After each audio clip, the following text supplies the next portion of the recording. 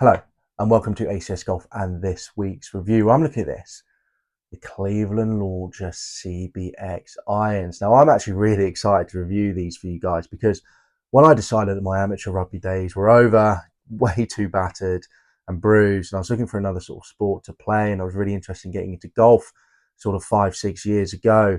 These were actually the first set of irons that I ever owned. I went down to my local pro shop, so Silvermere, great shop if you're ever in the Surrey area, and managed to pick up like these Launcher Cleveland set, brand new, driver all the way down to putter from them. I think it was only about £800 at the time. Now, whole bag with the bag, the whole set. They were perfect clubs to get me into the game. You know, they really were great performing for that sort of high handicap guy who, let's be honest, still has an extremely dodgy swing. So you can only imagine how bad it was back then when I first started playing. But yeah, so that's when I saw these for an absolutely ridiculous price online. I thought, all right, I'm going to have to buy these and review for you guys because this, as it was for me, could be a great starter iron for yourselves or something if you're looking for a bit more distance, a little bit more forgiveness, but really want to save your money because believe me, in the second-hand market, these are going at a stupid price. Okay, now with all videos and reviews, we're going to have a closer look at these clubs, and then we're going to come back in here, go through all the technology that's in here, and we're going to get down to range. I've actually got 6 to pitch and wedge, but I took the 6 and the 9 down to the range to test them, throw some figures at you, and then we'll come back here for the ACS Golf Scale. All right, let's have a closer look at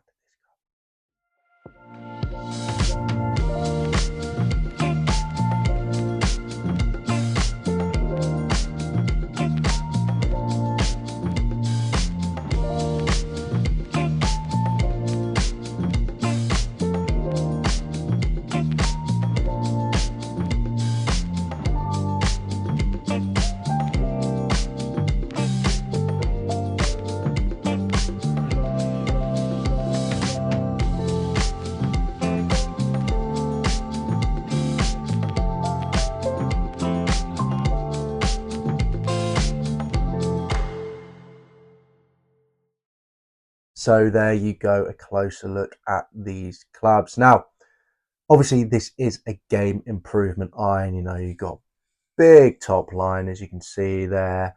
You know, cavity back there as well. Don't get me wrong, they're not the biggest game improvement irons out there. They really aren't, which is quite nice, actually. Now, I always preferred a smaller club. So to start off with something like this, which wasn't huge, really did appeal to me and actually probably helped to keep me on that golf course. You know, if I had something like started playing and had a massive hybrid behind it, I might have been like, what was this? But to have something like this, it was perfect for me visually. And as you guess, Cleveland Launcher CBX. So, you know, their wedges, you've got CBX wedges. You know, the whole point of this was to bring that spin into their irons because let's be honest, Cleveland have been for the past couple of years being one of the best wedge makers out there. Don't get me wrong, nowadays their irons, they came from irons even better than this. They're really great options for starter golfers. They've got some fantastic drivers. I mean, I've just reviewed the Cleveland, what was it called now? Cleveland Launcher XL2, who, to be honest, anyone can play. It's not a game improvement. Well, obviously there's a lot of forgiveness in there, but it spins good enough. You know, anyone can put this in the bag, and I really nearly did myself a great driver. So do check out the channel for that review. Really good. So yeah, so they've been doing really well. But again, people think of their more modern stuff, and I say modern, this is only 6 years old, and that tends to do quite well on the second-hand market. But the stuff just before that, when they were getting better, it's actually going under the radar, and you get for an absolute steal. Also helped by the fact that when this first came out, it was only $600. I think it's the same price over here, about £600 for a full set. That is ridiculous money, especially now when you're looking at even back then, irons, you know, your premium irons were over £1,000. So it really did come in at that lower price point there with a great set of irons.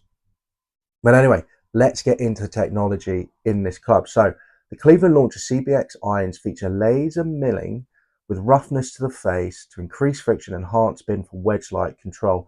As I mentioned, you know, that's the whole point of this, you know, get that wedge-like control in these clubs, which, to be honest, you can get really good amount of spin in a lower lofted club because more game improvement irons tend to be stronger lofted. It means you can really probably help you hold that green. However, you don't want to spend too much because generally game improvement irons, they do ping them in the air quite nicely. But anyway, moving on, Torzip grooves. So there you go. Channel debris away from the ball so you get consistent spin and control. Launcher CBX irons use a thicker top line and a lower profile to give you maximum distance, while the short irons use compact shape and thin top line to provide more control. Now, if I just get this, so this is the pitching wedge. You can sort of see there, can't you? Definitely a lot thinner on that pitching wedge there compared to the 6-iron. And that's why when I did this, close look at club, I did show you both clubs so you could see that sort of smaller difference there with them. Let's put that down, it doesn't fall over. Moving on to high strength steel perimeter and a thinner overall face thickness, the CB cup face in a 4 to 7 iron flexes at impact. So you've got the cup face behind this to increase ball speed and distance.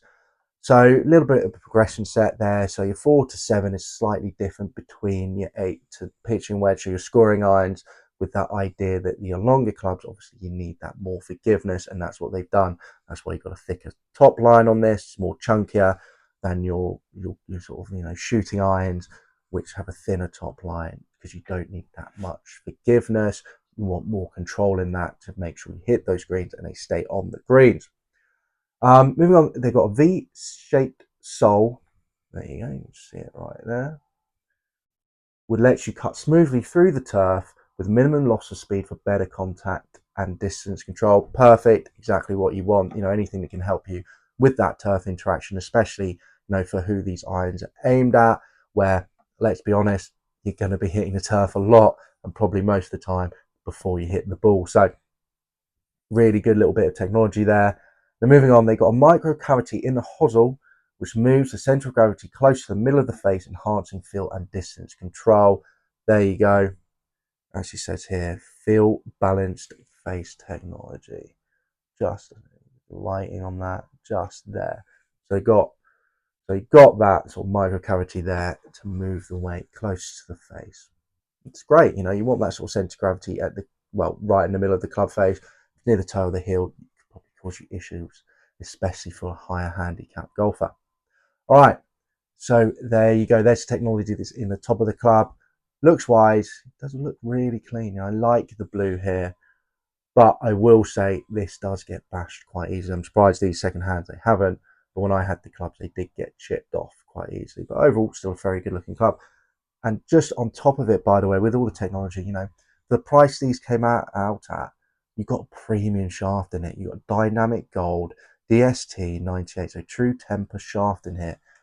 So even though they were cheaper at the time than anything else, you still had premium equipment in here. The grip as well was Lampkin's, Cleveland's own Lampkin one. So had all the good stuff in this club, which is really good.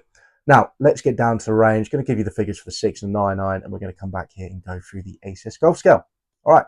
Here I'm down the range with a 9 iron and the 6 iron. Now for me with the 9 iron I want a total distance normally around 135 yards and a 6 iron around 170 yards. Now let's jump into those 9 iron figures. So 9 iron I had a carry of 137 yards on average, total distance 139 yards, ball speed 105 miles per hour, launch angle 24 degrees and height 88.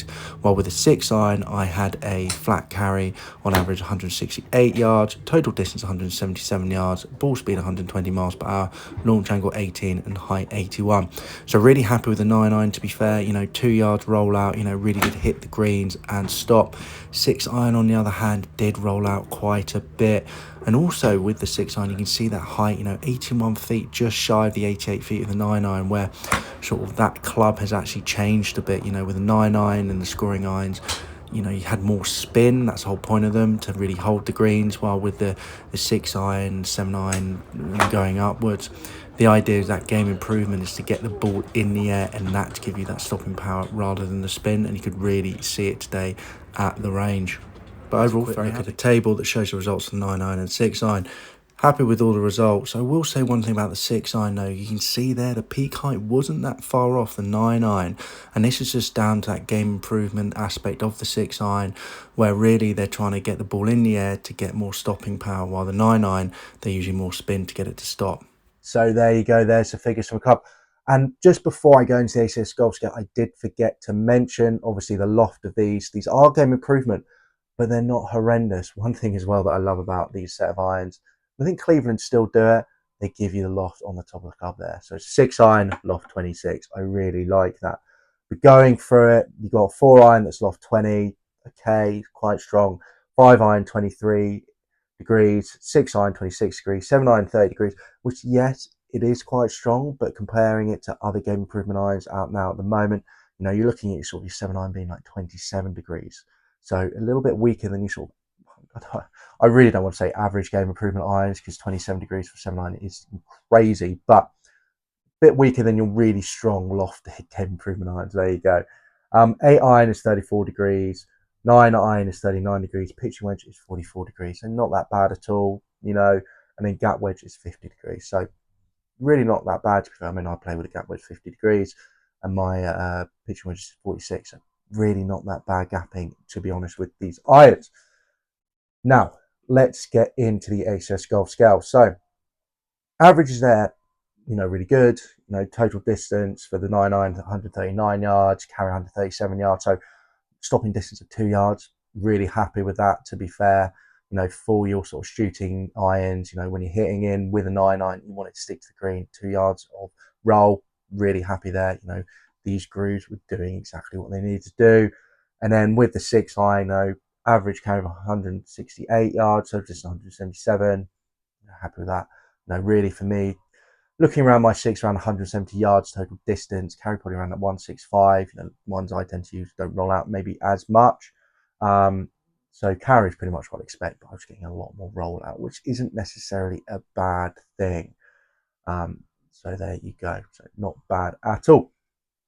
So let's get into the ACS Golf Scale. Remember, we've got 5 categories. We've got distance, feel, looks, price, and forgiveness. 5 being the best, 1 being the worst. Now, there's potentially one problem about these clubs, which I'm going to mention when we go into distance, which I'm going to do right now. So distance, I'm giving it 4 out of 5. I do think the distance is really good. You know, that pitching wedge up to 9-iron up to 140 mark. Fine, happy with that. Normally my irons around 135. Again, 6-iron, 177 near that 180 mark. Normally 6-iron for me, we're at 170, maybe actually to be fair, 175. So again, pretty much on point with that. So really happy with it. So distance 4 out of 5. You know exactly what it needs to do as a game improvement iron. It's got really good distance in it, but it's not explosive distance. Not like some of these game improvement irons I've tested recently, where you know I'm 5 out of 5 and the thing's absolutely flown, which I quite like. And the reason I quite like that is it means you can get your gapping right. You know, it means that, hold on, I don't have a 5-iron that's going 200 yards, so I need to get rid of my 4-iron, or I need to get rid of my hybrid. You know, it gives you the correct gapping in my mind, you know, especially for a starter player who can then put in a 3 hybrid and not have your irons go the same distance as a 3 hybrid. Put in, you know, your 5 wood or your 7 wood and not having it. So for me, the gapping is a lot better. So 4 out of 5 for distance, I think is really good. You know, anything that's 5 out of 5 for me goes too long personally, but that is just my opinion. Might not be your guys watching this. But there is one problem with these, and it's a very small problem, but I remember watching a review that Rick Shields did at the time when these came out, and a few others. And this does happen with quite a few game improvement irons. You know, game improvement irons aren't the most consistent when it comes down to distance a lot of the time, because they're built for forgiveness, they're built for distance. And because of that, you do lose some of that consistency, which is why a lot better players won't play game improvement irons, even though they might get good distance with them, might like the feel of them, because they just want that consistency with that sort of more players iron. And with these, there is a sweet spot. And if you hit that sweet spot, it flies. I remember playing these when I first started playing. And I was starting at Silvermere. There's a 9-iron. I can't remember what I was hitting. I think it was only 130 at the time I was hitting. Maybe even a little bit less than that. And I caught it out of the sweet spot. I looked up and it went sailing over the green. Not even like onto the green, sailing over it. And I just remember looking at it going, what? Like, I had no different swing on it, and that has just gone flying. Don't get me wrong, being a very much a beginner golfer, maybe I did put a little bit more speed on it, but still, I was quite a bit shocked by it. And it was evident in the results today, to be fair, like on average 139 yards for the 9-iron, but there was one which came out 145 yards, 142 carry, ball speed shot up for 105 miles per hour to 110.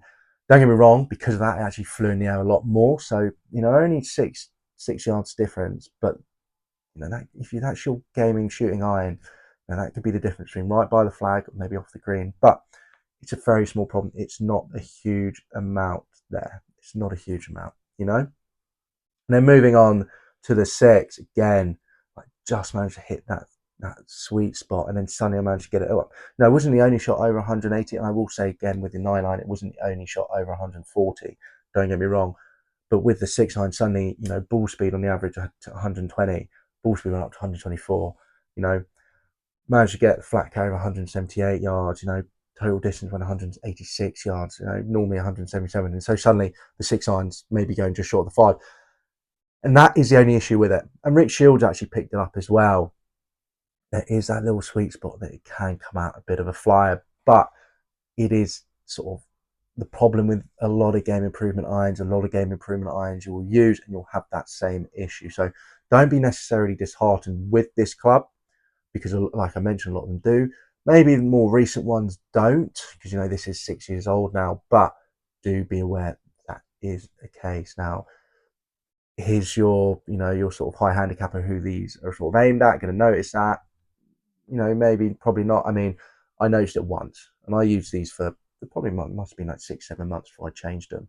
And I was on a golf course day after day, so I didn't only notice it once. So don't be too disheartened, but just be aware of that when looking at these clubs. But then be aware that if you're going down the game improvement iron route, there are more out there that do that. You can get a fly. I mean, I think the old P790s, to be fair, the ones for 2017, even they had a little sweet spot on the iron which really pinged it out, a couple of miles per hour more. So it just shows you, like, there's a lot of clubs out there that do that. The new ones don't, the more recent ones. But I remember watching a review at the time of the P790s, and they mentioned that there's just that one point sometimes in these irons which really just sends out a flyer. But anyway, just be aware of that. But overall distance 4 out of 5, happy with it. Moving on to feel 2.5 out of 5. Out the middle, it does feel relatively nice. When you miss the middle, it feels quite firm. So yeah, 2.5 out of 5. Not the end of the world, not the worst feeling thing I've ever felt, but you can just tell it is a game improvement iron, and it's sort of, it's not like a lot of the more modern ones where, they have a forged face in it now to try and increase that sort of softness feel. But as I mentioned, it's not the worst thing out there. It's just is what it is, really. So 2.5 out of 5. Out the middle does generally feel quite, well, feels okay out the middle, but if you miss that middle, it does feel quite hard, I have to say. So 2.5 out of 5. Lurks, to be honest, I've given it a 3 for some reason, and I don't think it should be a 3. I'm giving it a 3.5. I quite like the look of it, to be honest. I like the fact that it's not shiny, so you don't get any glare off it. I think the writing with the Cleveland smart. I like the top there with the 9. I like the fact they put the wedges in there. It is a cavity back. I like the fact that the irons get thinner on the top line when you go down to sort of your shooting irons. I like the fact that the top line's not even that thick, to be fair. And I like the blue line. I just don't like the fact the blue line gets chipped, and it can make it look older very quickly, which is annoying. So that 3.5 out of 5, pretty decent looking iron there, to be honest. I think if 3 wasn't really quite fair, to be honest. Moving on to forgiveness. So forgiveness, 3.5 out of 5. Forgiveness is good. It is a game improvement iron. Is it as forgiving as some of the other game improvement irons I tried? No, but it's not as quite a bigger profile, so I wouldn't expect it to be. Some of the really big ones out there. I'm trying to think, do I have one here? I do have one somewhere buried. There we go. Just done a review of the Beres one here. Beres, and believe me, this iron is a lot bigger It's a lot of chunk, as you can see there, and this got 4.5 out of 5 when it came down to forgiveness. I am going to double check that. That's why I looked at the beginning of this. Yeah, 4.5 out of 5. Really big, chunky game improvement iron. This is just a little bit more sleeker, so not quite as much forgiveness there, but I just wanted to show you the difference between like a really big game improvement iron. Obviously, 5 out of 5 is a hybrid irons you can get. They are the most forgiving if you're looking for that. But 3.5 out of 5, nothing bad at that at all. It is pretty good, exactly what you need. And I think any sort of starting player won't suffer too much with this. I really do think if you're looking for a game improvement iron, you want something a little bit smaller, a little bit sleeker, this is a great option. Now, moving on to price, and this is where it gets really, really good, to be fair. Price, I'm giving a 4.5 out of 5. If you're looking on places like Golf Bidder, you get these 5 to pitching wedge for, say, £226, which in the US is around $280. So not necessarily the cheapest there, but still for a really nice, well thought out iron with premium components from Cleveland. I think that's an absolute bargain still. And on eBay though, these things are going in the UK around for £130. I actually managed to pick this up for £100 personally myself. But if you're looking, so £100 was $125, £130 or $160 sort of thing. So anything around that £130 mark, amazing. Really, really good set of irons for that price, especially with these shafts, true tempered dynamic gold shafts, really is a good value. And that really makes this club, really for me, stand out and think for a starter golfer who wants something modern, because let's be honest, it's only 6 years old, modern cavity back is going to give you good distance, but not balloonable, not ridiculous distance that you think, well, what's the point of having a 5 wood or 7 wood or whatever, and still wants good forgiveness, wants good looks. Feel wise, a bit of a shame, but never mind. It's an absolutely great option. I mean, if you manage to pick up a set of these for £100, I mean, I got £100, it was only 6 a pitching wedge, I will point out, so I was missing a 5 iron. But if you get this for like £130, $180, 5 to pitching wedge, you're not going to be disappointed. Great way to get yourself in the game for a cheap price and have something that is modern in the bag. Because believe me, cavity backs have not changed that much over the years. You might not see the cavity anymore. A lot of the time they now hide it in the club face, but the cavity is still there. All right, guys, so there you go. There's my review of the Launcher, a Cleveland Launcher CBX irons. Great option out there if you're looking to save yourself some money, because overall, a very, very good club. You have that issue with that sweet spot in the middle, and maybe the feel could be a little bit better, but for the price, you cannot go wrong. All right, guys, I hope you enjoyed this review of the club. Do leave me a comment down below, if you play Cleveland irons, if you do, let me know your thoughts about them. Also, remember to hit that subscription button so you do not miss out on weekly ACS golf reviews and other videos as well. And do give it a like as well, this video, if you enjoyed it. All right, guys, I'll see you soon for the next ACS golf video. All right, see you then. Bye-bye.